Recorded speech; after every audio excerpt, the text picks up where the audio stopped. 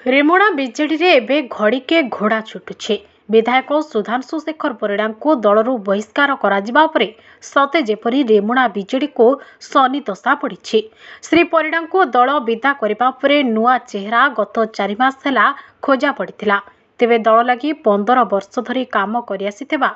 युवनेता चंदन मल्लिक को संगठन सजाड़िबा को राज्य संगठन संपादक प्रणव दास कहिथिले बोली चंदन कहिसंते। एपरिकी तांको पुरस्कार दियाजिबो बोली कहा जायतिला। हेले पत्रीपाल सरपंच विद्यास्मिता महालिकों को दल 3 दिन तले टिकट देबो बोली घोषणा करितिला। फଳରେ चंदन आज 400 समर्थकों सह मिसी एक सांबादिक सम्मेलन करथिले। से कहिथिले कि दल सभापति नवीन पट्टनायक रेमुणा रे युव नेता को टिकट दियंतु और देइथिबा प्रार्थी को प्रत्याहार करंतु। जदि तांको परामर्श दल ग्रहण न करे तेबे से दलरू इस्तीफा दे निर्दलीय प्रार्थी भावे निर्वाचन लड़िबे। दलर जिला पर्यवेक्षक प्रार्थी तालिका और निर्वाचित पीआरआई सदस्यों मतामत नोसीरे ग्रहण कला बेले निरपेक्षता अवलंबन करिसंती कि नाही ता उपरे श्री मल्लिक प्रश्न उठाइबा सह बीजेडी राज्य सभापति तुरंत बीजेडी रो रेमुणा प्रार्थी परिवर्तन करबा को दाबी करिसंते। चंदन मल्लिक बिजु छात्र जनता दलर स्टेट रो जनरल सेक्रेटरी 2009 पाखरु आरंभ करी बिजु जनता दल पाई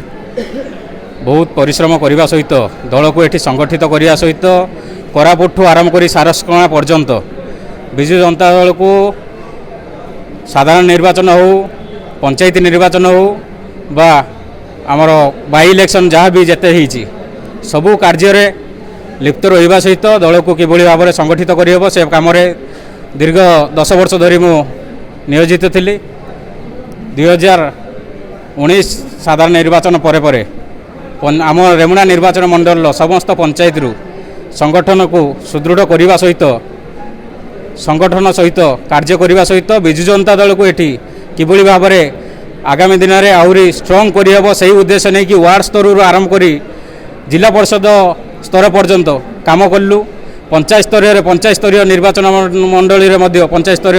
पंचायत निर्वाचन में सरपंच टू आरंभ करी वार्ड मेंबर जिला परिषद पीएस मेंबर समस्त को जितैयापाई अप्राण चेष्टा कलु। जिते बेले आम निर्वाचन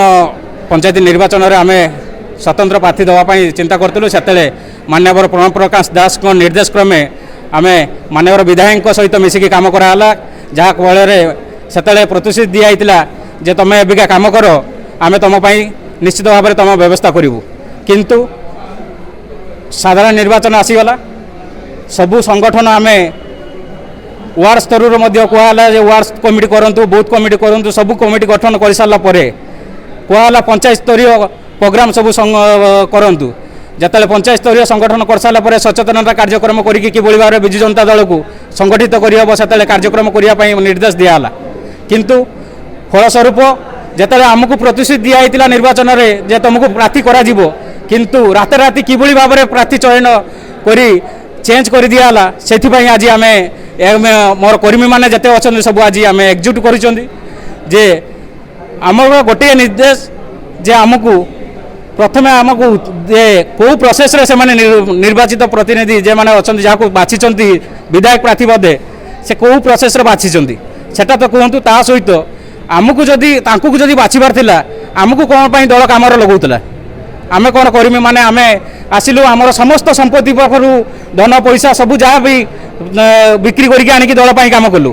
किंतु कौन है फलस्वरूप किसी ना आज अन्य जन को देदेले आम ये बसीचु आम कर्मकर्ता जी आसछन्ति समस्त आपण मैंने जानुवे आम बहु प्रोग्राम करला आम मानक जनईचु जे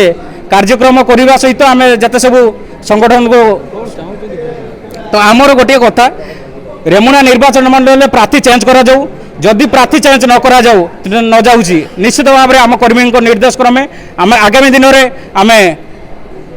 दलर इस्तीफा देवा सहित आम स्वाधीन भाव में नॉमिनेशन करूँ।